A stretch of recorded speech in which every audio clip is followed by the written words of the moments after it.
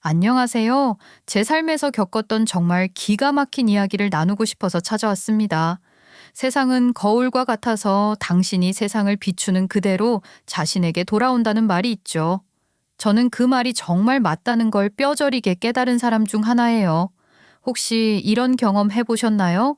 분명히 믿었던 사람인데 시간이 지나면서 점점 본 모습이 드러나고 그 믿음이 배신으로 바뀌는 순간을요. 제가 바로 그런 일을 겪었어요. 그래도 제가 끝내 이 모든 걸 딛고 일어설 수 있었는데 그 과정에서 정말 많은 걸 배웠기에 이런 이야기에 관심이 있다면 잠시 시간을 내서 제 이야기를 들어주시면 좋겠어요. 저처럼 악몽 같은 상황에서 벗어나고 싶은 분들에게 조금이라도 힘이 되길 바라면서요. 저는 40대 초반 여자입니다. 저희 집안은 꽤 여유로운 형편 속에서 진짜 화목하게 자랐어요.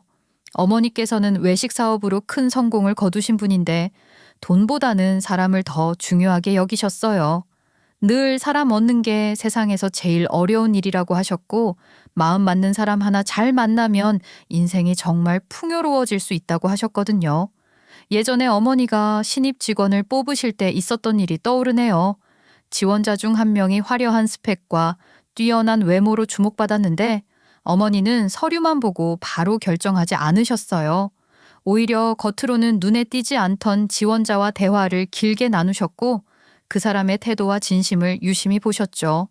결국 어머니는 스펙보다는 태도가 훌륭했던 지원자를 선택하셨고 어머니의 선택은 옳았습니다.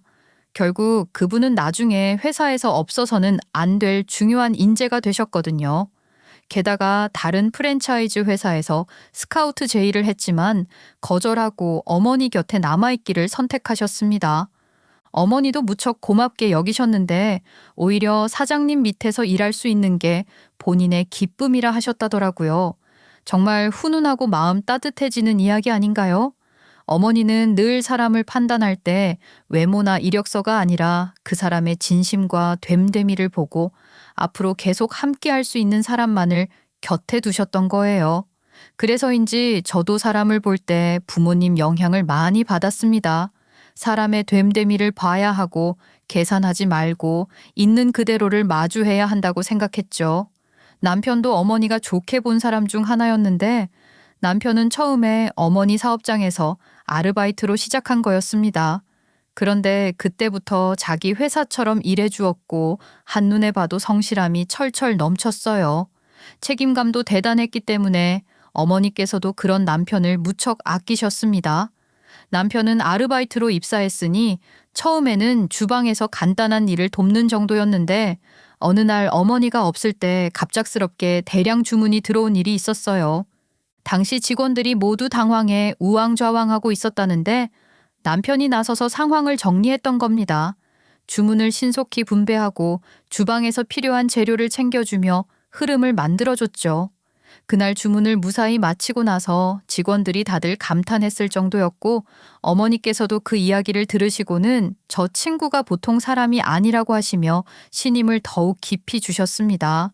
어머니께서는 남편을 가리키며 저 친구는 일도 열심히 하지만 사람 됨됨이가 정말 괜찮다고 하셨어요.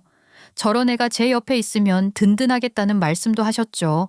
제가 엄마가 그렇게 말씀하실 정도면 믿을 만한 사람인가 보다 하고 말했더니 어머니께서는 알바생 하나 뽑아서 이렇게 마음에 드는 건 처음이라고 계속 지켜보아야겠다고 하셨어요. 이후로도 어머니는 함께 일할수록 남편을 더욱 신뢰하게 되셨고 결국 사위 삼고 싶어 하셨습니다. 어머니는 자연스럽게 남편과 저를 연결할 자리를 마련해 주셨는데 처음에 별다른 기대는 없었어요. 아무리 그래도 사람 좋은 것과 남자로 이끌리는 건 별개라고 생각했거든요. 그런데 막상 만나서 대화를 나누다 보니 사람이 정말 괜찮더라고요. 성실한 건 기본이고 준수한 외모에다가 유머 감각까지 있으니 결혼하기로 마음먹는데 그렇게 오래 걸리지 않았습니다. 결혼하고 나서도 남편은 정말 잘했어요. 신혼여행을 다녀오자마자 어머니께서 주신 긴 휴가도 반납하고 바로 일하러 나가겠다고 하더라고요. 장모님께서 그동안 얼마나 고생하셨는지 잘 아는데 내가 집에서 이렇게 쉬고만 있을 수는 없잖아. 신혼여행 다녀오고 나니까 장모님이 더 바빠 보이셔서 마음이 편치 않아. 이 휴가는 어머니가 결혼한 직원 누구에게나 주시는 거야. 당신만 특별히 주신 것도 아닌데 왜 이렇게 부담을 가져? 조금은 쉬어도 괜찮다고. 그래도 내가 해야 할 일이 있고 나는 이미 충분히 쉬었어. 장모님께서 많이 힘드실 텐데 조금이라도 도와드리고 싶어. 내가 집에 있는 것보단 그게 맞는 것 같아. 그래도 휴가는 휴가잖아. 엄마도 당신이 너무 부담 느끼는 걸 원하시진 않을 거야. 이번 한 번만이라도 좀 쉬어. 앞으로 일하면서 긴 휴가 가는 건 쉽지 않을 텐데? 그건 알지. 장모님께서 나한테 짐을 얹어주시는 분은 절대 아니라는 거. 그런데 나한테는 너무 장모님이 특별한 분이셔. 솔직히 내가 이렇게 자리 잡을 수 있었던 것도 다 장모님 덕분이잖아. 여부를 맡겨주신 것도 그렇고 장모님께 받은 게 너무 많아. 그래서 더 열심히 하고 싶어. 장모님께서 나를 믿어주신 만큼 그 기대에 부응하고 싶다고. 이런 모습에 부모님도 저도 정말 좋은 남편이자 사위를 얻었다고 생각했어요. 저는 외식 사업에는 큰 관심이 없었기 때문에 대학도 전혀 관련 없는 학과를 나왔고 지금은 책 표지를 디자인하는 일을 하면서 나름 즐겁게 살고 있어요. 그래서 어머니는 일 이야기를 남편과 더 자주, 더 편하게 나누셨습니다. 저는 단 한 번도 질투나 서운함 같은 감정은 들지 않았고 오히려 내가 갖지 못한 면모를 남편이 잘 채워주고 있다고 생각했어요. 저희 부부가 친정에 방문하면 화기애애하게 지낼 수 있어서 고마웠고 든든했죠. 시댁에서도 저를 무척 잘 대해주셨는데 홀시어머니께서는 남편이 어머니와 인연이 닿은 걸 두고 귀인을 만난 거라며 저 역시 귀하게 여겨주셨어요. 아유, 우리 아들이 참 복이 많어. 안사돈 같은 분도 만나고 우리 며느라가 같은 아내도 없고 말이야. 어머니, 그렇게까지 말씀하시며 아유 제가 부끄러워요. 부끄러워할 게 뭐 있니? 나는 틀린 말은 안 하는 사람이야. 어머니 말씀이 맞아요. 제가 우리 아내를 처음 만났을 때부터 느낀 건데 이렇게 배려심 깊고 따뜻한 사람을 만나게 된 건 정말 제 인생에서 가장 큰 행운이에요. 아내가 저를 얼마나 다정하게 응원해 주는지 몰라요. 제가 잘할 수 있도록 옆에서 지켜줘서 항상 고맙게 생각하고 있어요. 예, 우리 아들이 이 정도로 팔불출인 줄은 몰랐구나. 얘가 너를 이렇게 칭찬하는 거 듣다 보면 아내가 날 구해줬다 할 기세다. 그래도 그런 마음이 참 예뻐서 보기 좋아. 둘 다 참 잘 만났어. 다들 시댁에 가기 싫어한다고 하던데 저는 시어머니를 뵙고 오면 조금도 불편하지가 않고 사랑만 받고 충전하고 오는 기분이 들었어요. 친정에 가서도 시댁 이야기를 전하면 부모님 두 분 모두 딸을 예뻐해 주시는 사돈께 너무 감사하다고 입을 모으셨죠. 그래서 더 저희 부모님도 남편에게 신경을 많이 써주셨고 시댁에 가져가라고 바리바리 선물을 사주시곤 했습니다. 그렇게 모두가 행복하고 만족스러운 삶을 이어가는 줄만 알았어요. 결혼하고서도 남편은 변함없이 성실했고 저희 어머니와도 사이가 좋았고 그 모습에 저도 흐뭇했을 정도였으니까요. 그런데 시간이 지나면서 남편이 하나둘씩 사사건건 투덜대기 시작하더라고요. 처음에는 별일 아니겠지 싶어서 대수롭지 않게 넘겼는데 점점 심각해지는 것 같아 저도 걱정이 되는 거예요. 남편이 어느 날 다소 심각한 표정으로 말했어요. 여보, 장모님 말이야. 직원들한테 너무 잘해주시는 것 같지 않아? 이건 좀 아니다 싶을 정도로. 응? 갑자기 그게 무슨 말이야. 잘해주면 좋은 거지. 그게 뭐 문제될 게 뭐 있어. 아니, 너무 잘해주신다고. 직원들 사정 봐주고 보너스도 팍팍 주고. 이게 다 우리가 물려받아야 할 돈 아니야? 너무 헤프게 쓰시는 것 같은데. 아, 지금 제정신으로 하는 말 맞는 거야? 나 몰래 술 먹고 와서 주정 부리는 거 아니지? 당신도 일반 직원이었을 때 우리 엄마가 잘해주셔서 감사하다고 엄청 좋아했잖아. 아, 그 덕에 돈 모아서 나랑 결혼까지 한 거 아니야? 그때는 좋다고 좋다고 노래를 부르더니 이제는 아니야? 그건 그렇지만 이제는 내가 이 사업장을 책임져야 할 때가 오잖아. 책임지긴 누가 책임져? 사장은 우리 엄마고 당신 게 아니야. 아, 엄마가 직원들한테 인심 좋으신 걸 당신이 뾰족하게 생각할 필요 없어. 제가 이렇게 단호하게 말하자 남편은 더 이상 말이 없었어요. 한동안 입을 꾹 다물더니 그날은 그냥 넘어가더라고요. 저는 정말 어이가 없었던 게 뭐냐면 이 사람이 어머니 직원으로 일할 때는 어머니 칭찬을 입에 달고 살던 사람이었거든요. 이런 사장님이 또 어디 있겠느냐며 어머니 같은 분 밑에서 일할 수 있는 게 큰 복이라고까지 말했던 사람이에요. 모든 사업장이 이렇게 바뀌면 세상에 사는 모두가 행복할 거라고요. 그런데 결혼하고 나서 자기가 저희 어머니의 사업장 물려받을 거라고 생각하니 이렇게 생각이 바뀌어 버린 거죠. 황당하기도 하고 화가 나더라고요. 그런데 다음 날 남편이 출근하고 얼마 지나지 않아 시어머니에게서 걱정스러운 목소리로 전화가 왔어요. 며느라, 안 싸돈니 너무 돈을 헤프게 쓰시는 것 같다고 하던데 괜찮으신 거니? 어머니, 대체 어디서 그런 말씀을 들으신 거예요? 저희 엄마는 절대로 헤프게 쓰지 않아요. 오랫동안 회사를 일궈오시면서 지금의 위치까지 성장시키신 분인데 알아서 무엇이든 현명하게 대처하고 계실 거예요. 신경 쓰지 않으셔도 돼요. 그런데 말이다, 며느라. 아무리 그래도 좀 적당히 하시는 게 좋지 않을까 싶어서 하는 소리야.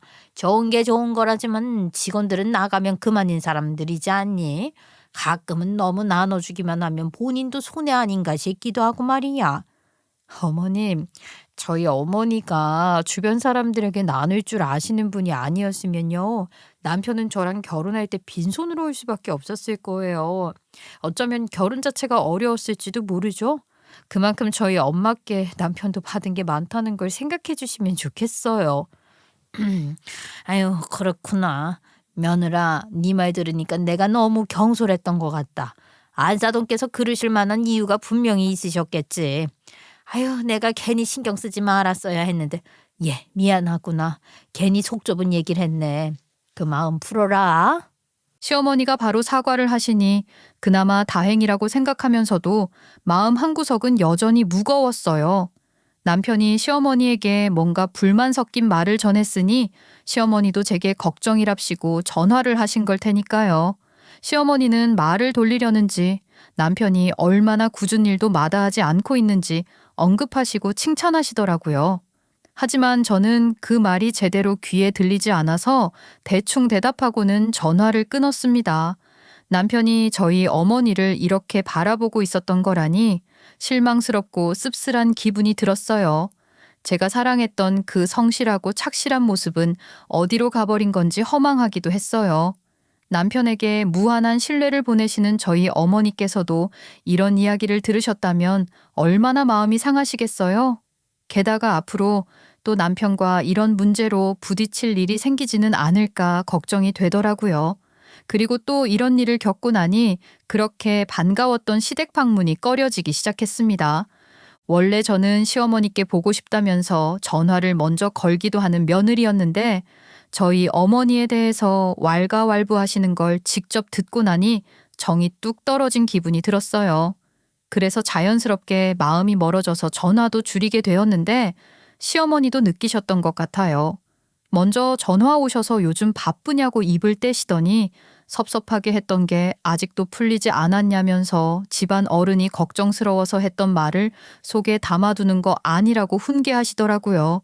저는 그냥 걱정이 아니고 어렵게 지내셔야 할 사돈에 대해 함부로 말씀하셨던 거라서 당분간 쉽게 잊혀지지는 않을 것 같다고 솔직하게 대답해버렸어요. 시어머니는 놀라신 것 같았고 전화를 그냥 끊어버리셨는데 퇴근하고 돌아온 남편은 소식을 이미 들은 것 같았어요. 제게 할 말이 많은 얼굴이었고 단단히 뿔나 보였거든요. 하지만 제가 먼저 우리 어머니에 대해 함부로 판단하고 시어머니께 전한 당신 때문에 가깝게 지냈던 고부 사이가 멀어졌다고 선수쳐버렸어요. 그리고 장모님이긴 하지만 그래도 회사에서는 사장님인데 상사의 선택을 멋대로 짐작하고 후려치지 말라고도 해줬죠. 남편은 말문이 막혀서 얼굴이 시뻘겋게 달아오르더라고요. 그러더니 잠시 생각에 빠진 것 같았는데 먼저 자기가 가볍게 생각해서 일을 이렇게 만들었던 것 같다고 사과를 했어요. 저는 용서해줬고 사이는 다시 평범한 부부 사이로 돌아간 것 같았죠. 시어머니에 대한 제 마음은 아직 안 열린 상태였지만 당장 집에서 같이 지내는 것은 남편이니 마음을 놓았어요. 그런데 며칠 뒤에 친정어머니가 전화 오셔서 남편에게 무슨 일이 있느냐고 물으시는 거예요.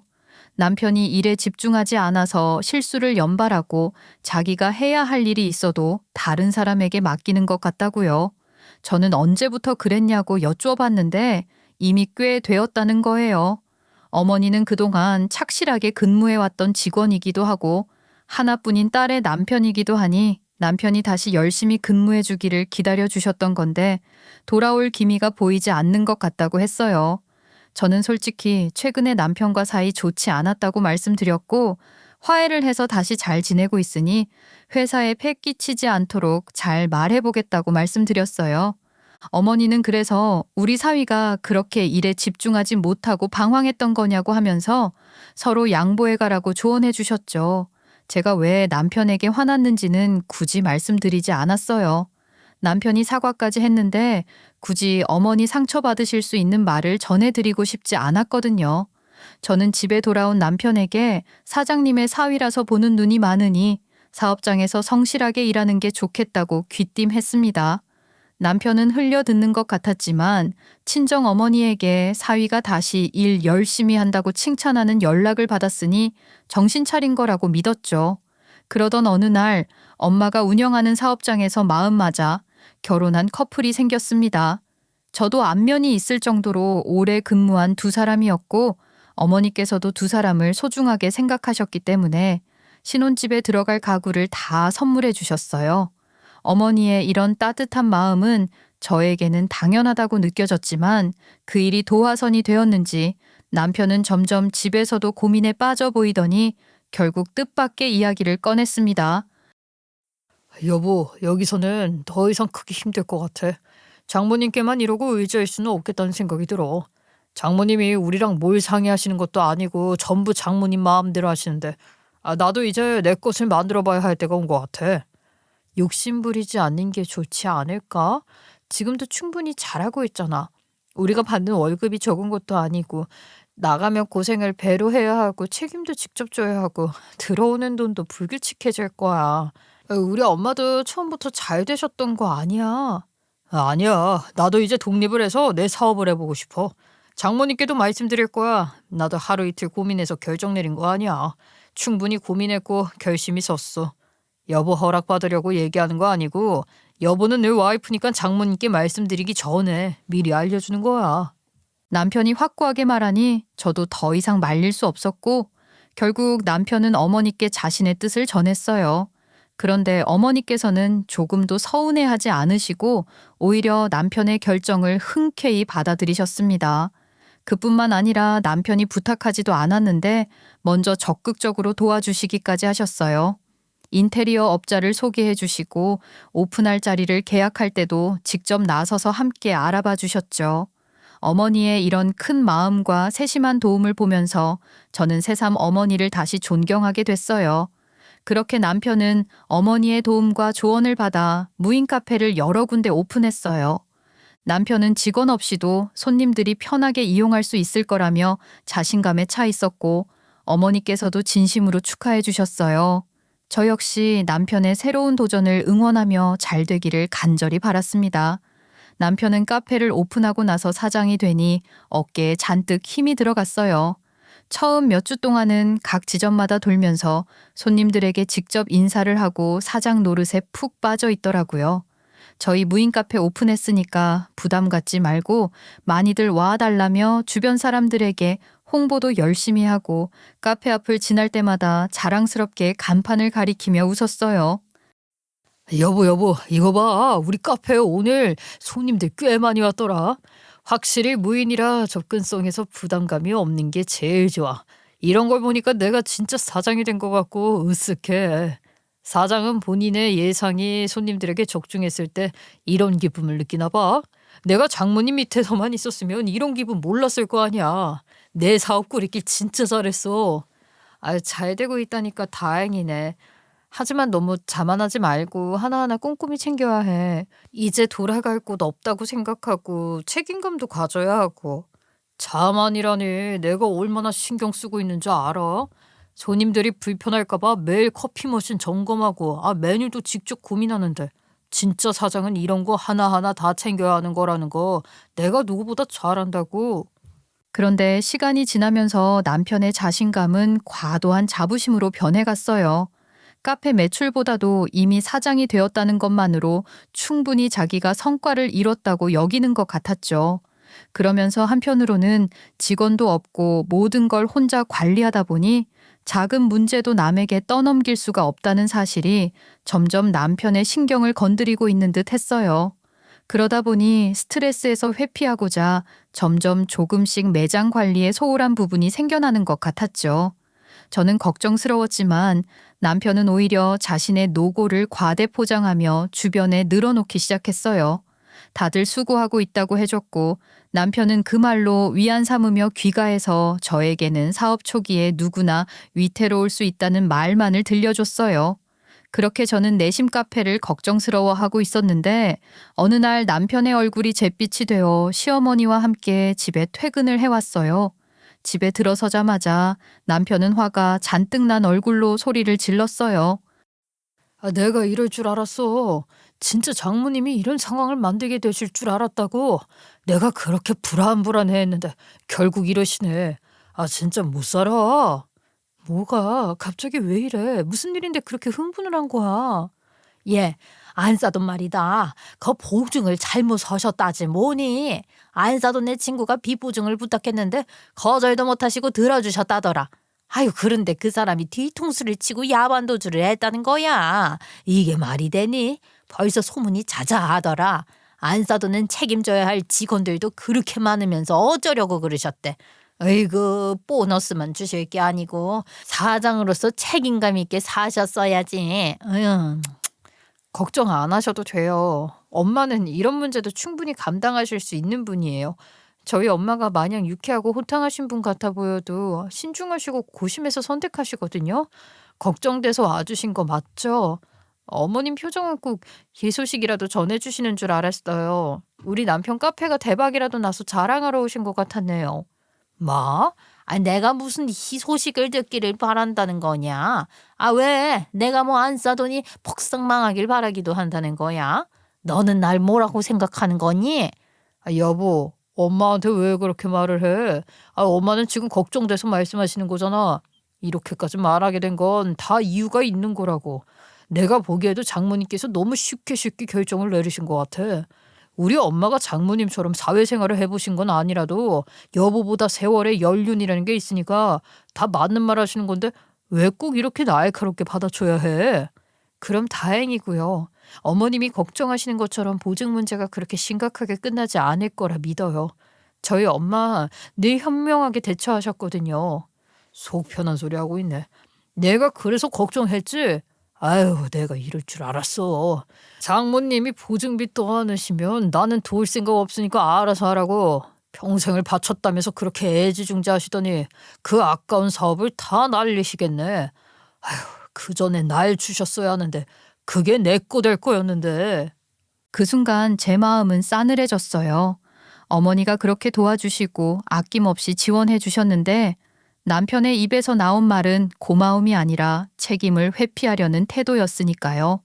게다가 시어머니는 우리 어머니의 걱정스러운 상황을 전하면서 무슨 즐거운 소식을 들은 것처럼 입꼬리가 실룩거리더라고요. 그래서 저도 단호하게 대답할 수밖에 없었고 실망스럽고 화가 나면서도 이 이상으로 더 다투고 싶지 않았어요. 저는 남편과 시어머니에게 더 이상 어떤 말도 하지 않은 채 방으로 들어가 바로 어머니에게 전화를 걸어 상황을 여쭈었어요. 어머니께서는 근심 어린 목소리로 말씀하셨지만 저를 위로하며 걱정하지 말라고 당부하셨어요. 본인이 다 책임질 테니 이런 일로 마음 쓰지 말고 각자 자리에서 열심히 살고 있으라고 하셨죠. 어머니의 그런 말에 저는 눈물이 날 것 같았고 어머니가 얼마나 힘드실지 생각하니 속이 상했지만 남편과 시어머니 앞에서는 절대 약한 모습을 보이고 싶지 않았어요. 이 상황에서 저를 지탱해 주는 건 어머니의 강인함과 어머니를 닮고 싶다는 제 굳은 다짐뿐이었어요. 어머니의 사업이 휘청거린다는 소문이 돌기 시작하자 시어머니는 이제 저희 친정집은 볼 것도 없다는 듯이 굴기 시작했습니다. 거의 기다렸다는 듯이 구석구석 들쑤시고 다녔는데 특히 남편의 사업장을 제 집 드나들듯 했어요. 이건 정말 이해가 안 갔던 게 남편 사업은 어머니가 거의 다 도와주신 건데 왜 시어머니가 유세를 떠는 건지 알 수가 없었어요. 정말 이 상황을 지켜보는 제 마음은 복잡했습니다. 저희 어머니가 헌신적으로 도왔던 일이 이렇게 뒤틀릴 줄은 상상도 못했거든요. 무인 카페이다 보니 직원도 없고 누가 뭐라고 할 사람도 없으니 시어머니는 마치 자신의 놀이터라도 된 듯 날마다 지인들을 데리고 와 공짜 음료를 마셨습니다. 처음에는 웃으면서 넘기려 했지만 점심 먹고 나면 꼭 카페로 와서는 음료를 뽑고 한참을 자리 잡고 죽치고 앉아 있는 모습이 점점 눈에 거슬리더라고요. 더 황당한 건 나중에는 도시락까지 싸와서 카페에서 먹기 시작했어요.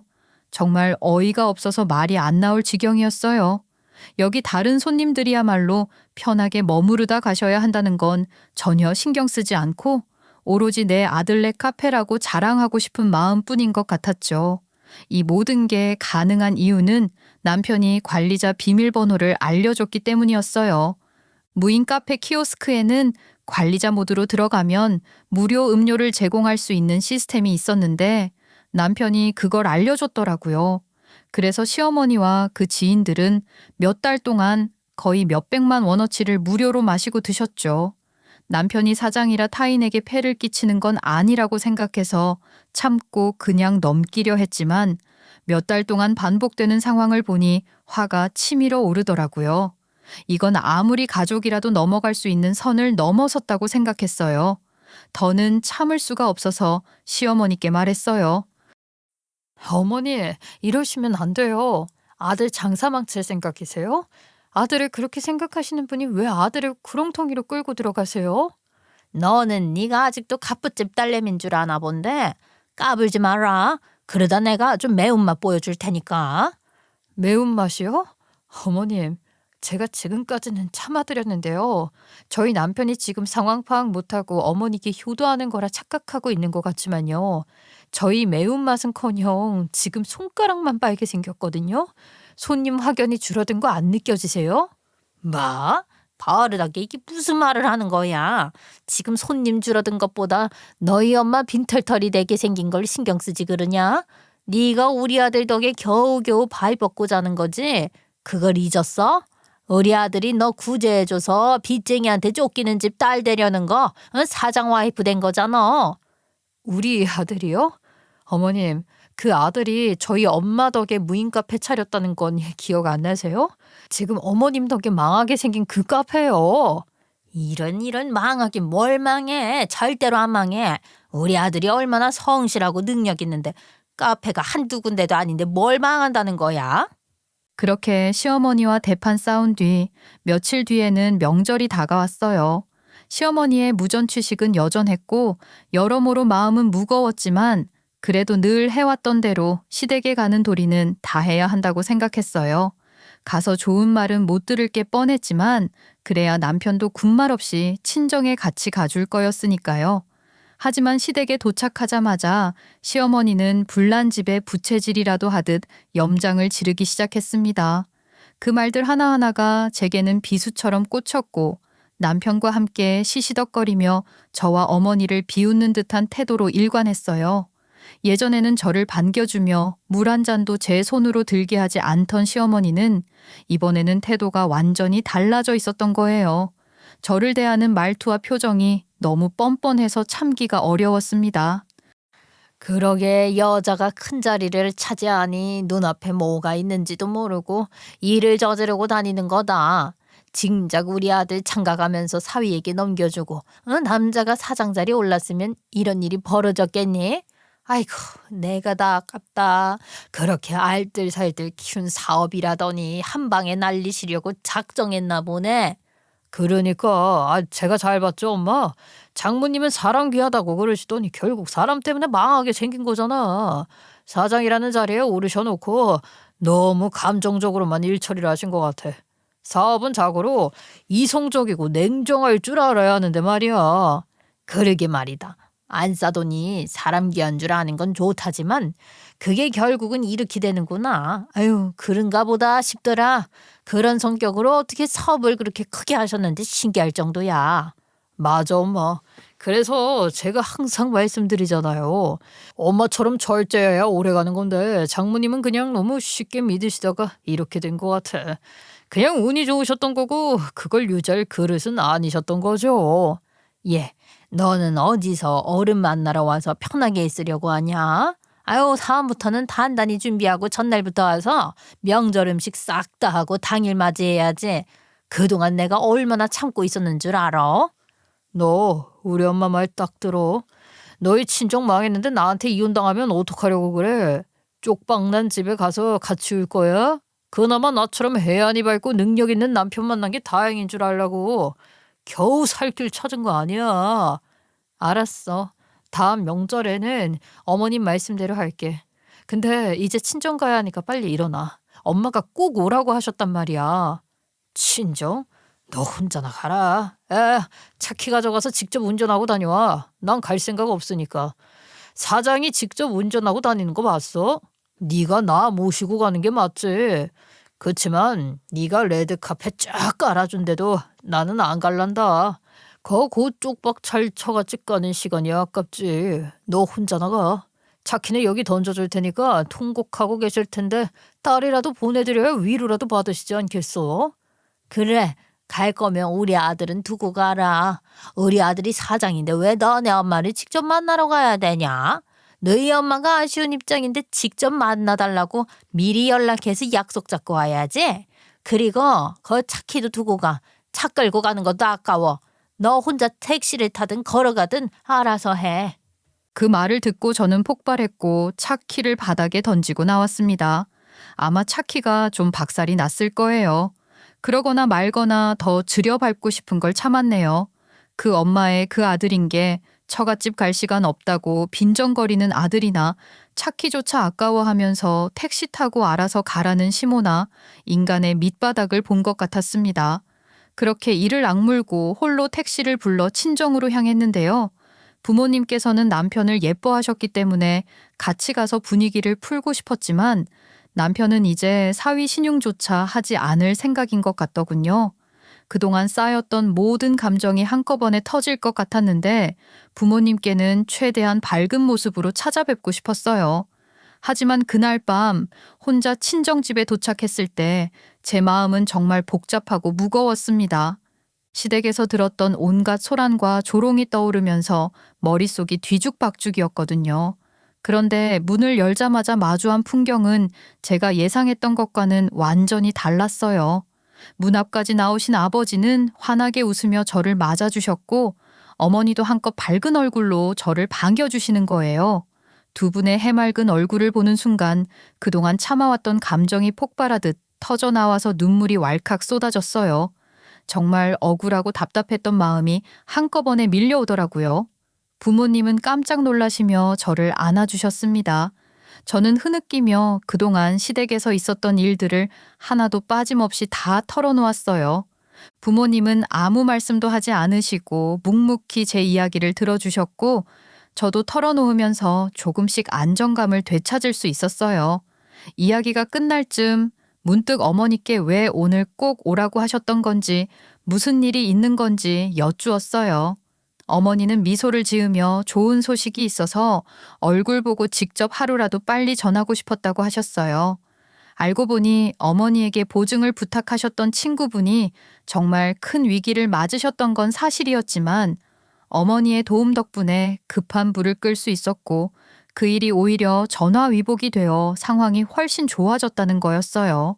친구분은 원금을 갚는 것으로도 부족하다고 느끼셔서 어머니께 크게 보답까지 하셨다고 하더라고요. 어머니께서 환하게 웃으면서 말씀하시는데 그 말 하나하나가 제 가슴에 깊이 박히며 무거웠던 마음이 한결 가벼워졌어요. 어머니는 본인이 친구를 믿은 만큼 그 친구도 어머니의 믿음에 보답해 주었다면서 이제 걱정할 일은 전혀 없으니까 마음 편히 가지라고 하셨습니다.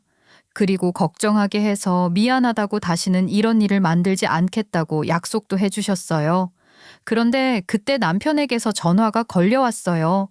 제가 얼마나 슬퍼하고 막막해하고 있을지 궁금해서 상황을 듣고 싶었던 것 같아요. 하지만 저는 무탈했기 때문에 평소와 다름없는 목소리로 전화를 받았죠.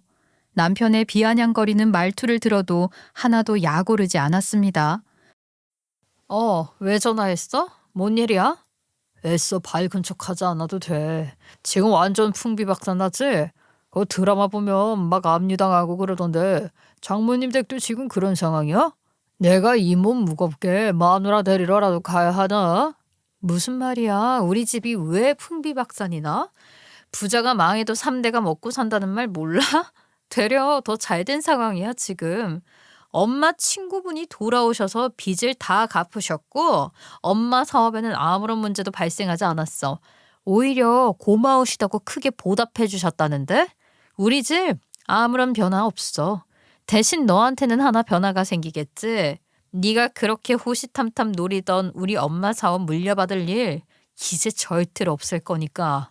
남편은 당황했는지 잠시 말이 없더니 말을 막 더듬으며 일단은 알겠다고 본인이 직접 들어봐야겠다며 급하게 전화를 끊었습니다. 그런데 그날 새벽 남편이 친정집으로 부랴부랴 찾아왔더군요. 정말 여러모로 징글징글하고 구질구질한 인간이지 않나요? 그렇게 같이 가자고 했을 때는 나 몰라라 하더니 일이 잘 풀렸다는 소식을 듣자마자 새벽에 오는 걸 보니 말이에요. 남편은 어색한 미소를 지으며 장모님 마음이 정말 넉넉하신 것 같으니 자기도 본받아야겠다고 입에 발린 말을 했어요. 저는 바로 넉넉한 마음은 본받는다고 되는 게 아니라 남의 것을 탐내지 않고 스스로 노력할 때 나오는 거라고 대꾸해 주었죠. 당연히 부모님께도 뻔뻔한 말은 통하지 않았고 저는 부모님 앞에서 결심한 대로 이혼하겠다고 이 사람에게 더는 제 삶을 맡길 수 없다고 말씀드렸어요. 남편은 당황해서 부모님께 애원했지만 이미 제 마음은 돌이킬 수 없었죠. 어머니께도 저 자식은 도와줘도 고마운 줄 모르는 배은망덕한 인간이니 앞으로 남편의 사업에는 절대 관여하지 말라고 당부드렸고요. 그렇게 남편은 비참하게 내쫓겼습니다. 새벽 2시가 넘은 시간에 잠도 못 자고 물 한 잔도 얻어 마시지 못한 채 거의 맨발로 쫓겨났어요. 제가 등 떠밀었고 신발은 현관문 앞에 던져버렸거든요. 다음 날 아침 저는 푹 자고 일어나 짐을 싸서 집으로 가려고 친정집을 나왔는데 세상에 남편이 차에서 자고 있더라고요. 이제 와서 집에도 가지 않고 불편을 자처하면서 애쓰는 게 정말 기가 막혔죠. 저는 차로 다가가 짐 가방을 남편 쪽으로 던지며 운전이나 하라고 했어요. 남편은 아무 말 없이 묵묵히 운전했고 저는 차 안에서 코를 골며 꿀잠을 잤어요. 여보 잠깐만 나랑 이야기 좀 하자. 아이 그래도 부부인데 우리 사이에 오해가 있으면 안 되잖아?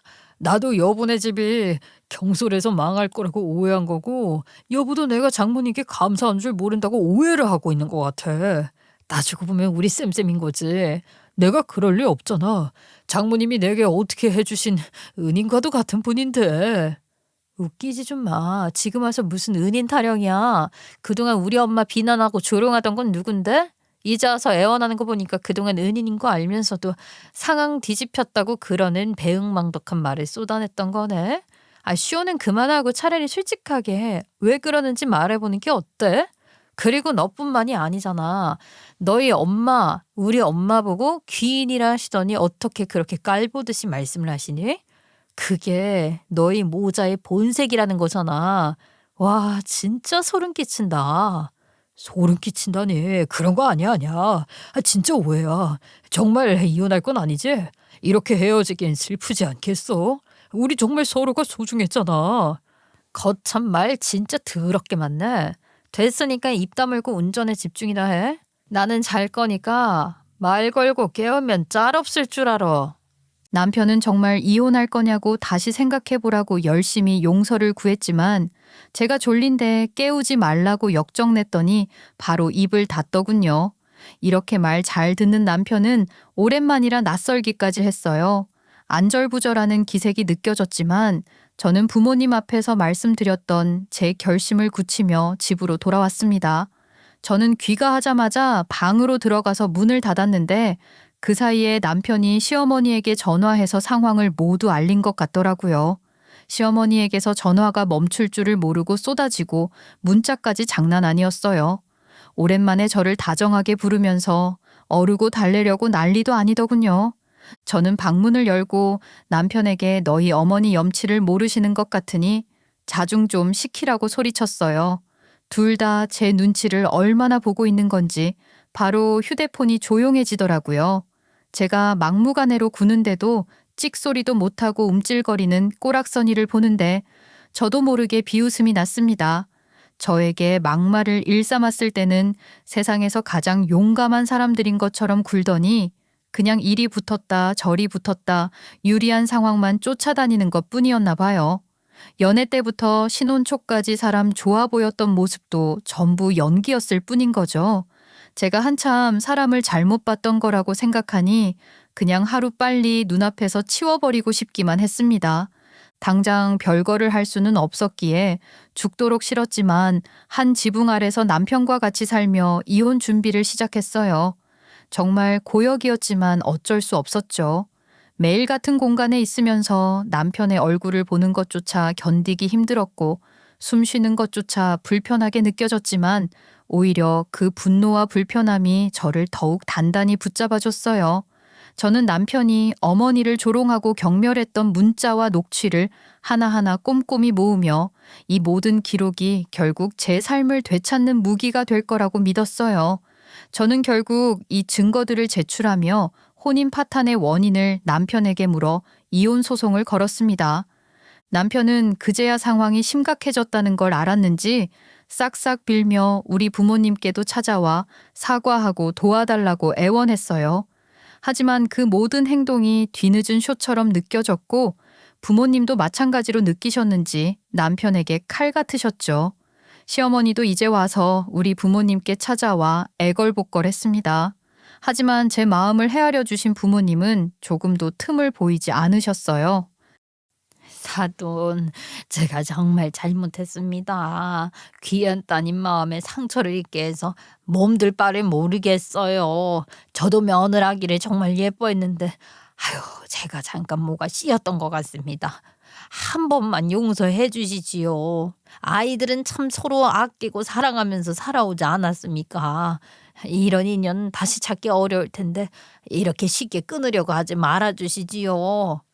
저희도 이런 인연이 어디 있을까 싶을 정도로 소중하게 생각했던 건 사돈도 모르시지 않을 거라 생각합니다.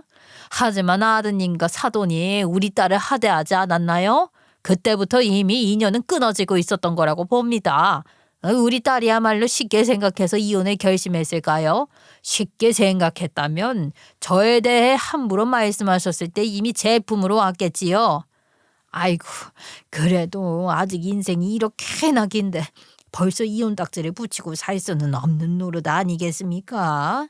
사람이 살아가다 보면 어려운 일을 마주할 수도 있는데 그때마다 돌변해서 막말하는 집안에서 사느니 그 이혼하고 자유롭게 사는 게 훨씬 낫죠.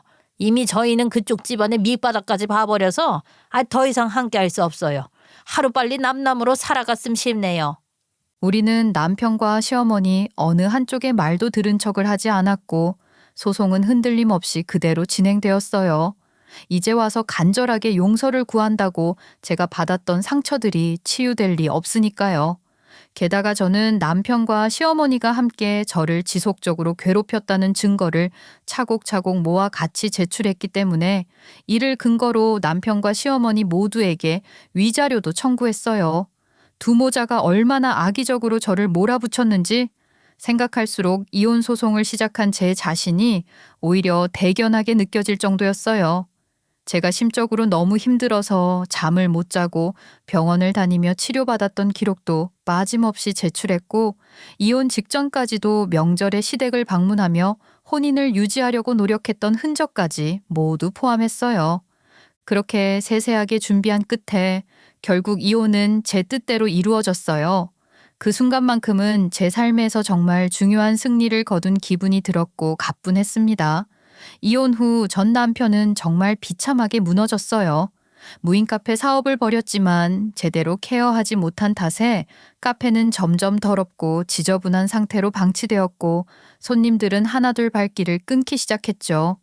결정적으로 전 남편이 스스로 놓은 덫에 걸린 건 바로 전 시어머니의 진상짓 때문이었어요. 무인 카페 리뷰에 전 시어머니와 관련된 문제들이 연달아 올라오면서 손님들이 카페를 피하게 되었고 결국 사업은 완전히 무너졌습니다.